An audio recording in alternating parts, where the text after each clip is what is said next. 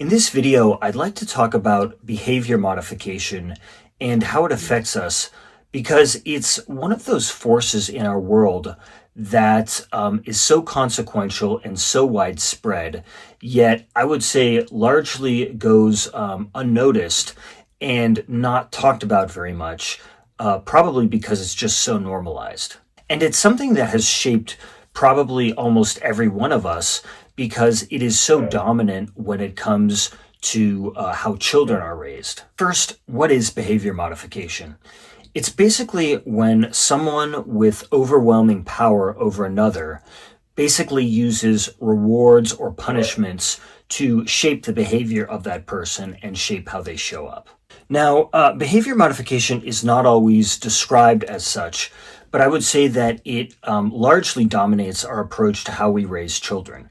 And so you can see it in many families, in parenting in general, in the school system, in much of youth mental health treatment, also for treating what are characterized as certain behavior problems, often used for things like ADHD and autism. And it also shows up a lot when treating adults. It shows up in a lot of mental health treatment for adults. So take conventional school, for example.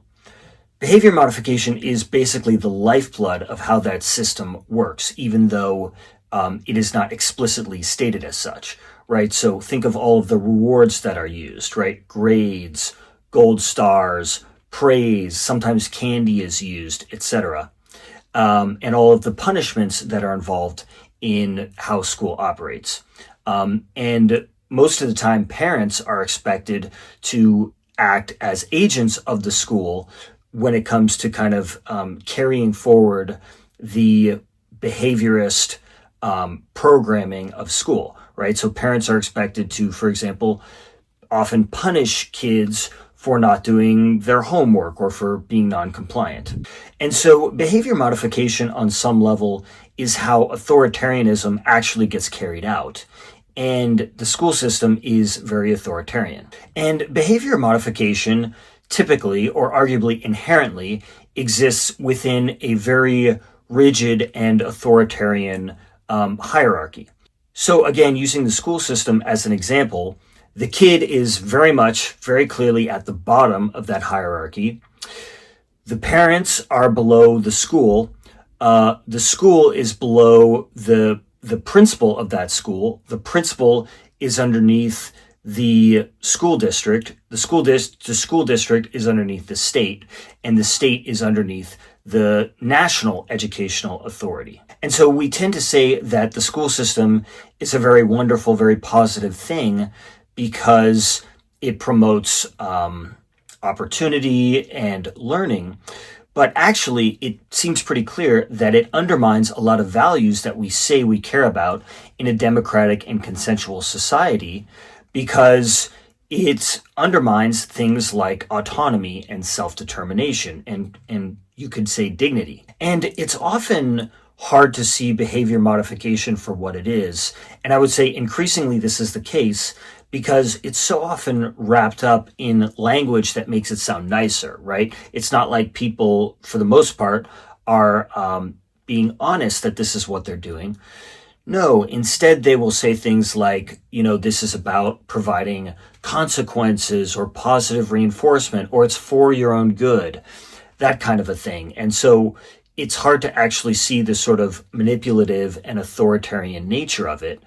And because of this, it can be hard to fully understand the negative effects of it because the people doing it are not having awareness of or being accountable for what they're actually doing and how it's actually affecting people. And I would say that the people doing this, for the most part, genuinely believe that they are doing the right thing. I think they really believe that they are doing this to help the kids in this case. And I think what it really just comes down to is a kind of a lack of awareness, right? A lack of understanding of how they were shaped by similar approaches, how they were very much dehumanized and how that affected them emotionally, psychologically. And so that's simply what they know, right? They can't actually imagine that there would be a different or better way of doing this. And because they're so disconnected from themselves, they're not connected to how they're actually impacting their kids, and how they're wounding their kids when they shape them in this way. Now, one of the ways that behavior modification affects us is it fundamentally gets us to live from the outside in. And so it basically kind of forces us to disconnect from our own inner compass, our own intuition, our own inner authority, our own inner guidance system, whatever word you want to use to describe that. It basically forces us to disconnect from that, to not create our lives from that place, and instead create our lives from other people's opinions, from perhaps very kind of superficial rewards. It gets us to live from a much more surface level place. And so the notion that you have some kind of a sovereign personal destiny is not something that is compatible with behaviorism, right? It's not like you can keep a lot of this behavior modification and then just on top of that talk about wanting to, help you discover yourself or something like that. It's that these approaches and these values are incompatible. Another way that behavior modification can affect people is that it can seriously wound people. It can cause significant emotional wounds. And I would say this would be especially the case for those of us that are maybe a bit more sensitive, that maybe have more of a kind of palpable, strong need for our full humanity to be seen by people that have that same kind of awareness in themselves, that have that depth of awareness. And the reason why behavior modification can wound people is similar to the last point, because it basically denies our full humanity, right? It denies our emotions to a large extent, and it doesn't fundamentally see us as people to be fully understood. It again sees us as sort of machines to be manipulated. And then typically what happens is that this woundedness created by this manipulation is basically seen as something inherently wrong with us, and the actual root cause of the situation, which is basically this very dehumanizing and very dysfunctional way of looking at us, is creating problems for us. That is not actually seen for what it is, and instead we're maybe treated like we're mentally ill or something like that. And so we can get very disconnected from the truth of what's going on for us because nobody is seeing it. And often we can get further and further down a road to hell because our own inner compass, or the source of our own healing, is not actually allowed to come forward. Another way that behavior modification affects us is that we are not allowed to actually develop our own power. And the reason is because behavior modification is fundamentally about whoever has power over you consolidating that power and basically preventing you from developing your own power. And this is one reason why behavior modification has enormous consequences for our society and our political system, because it doesn't actually allow people to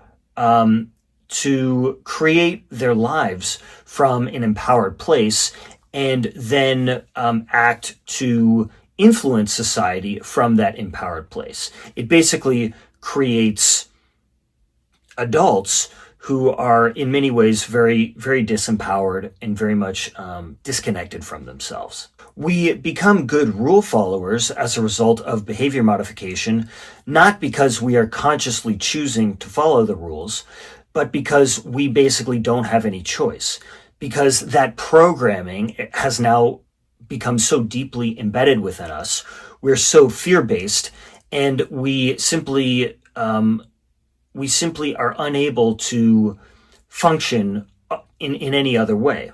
And so our ability to question or potentially challenge unjust rules is very, very much limited.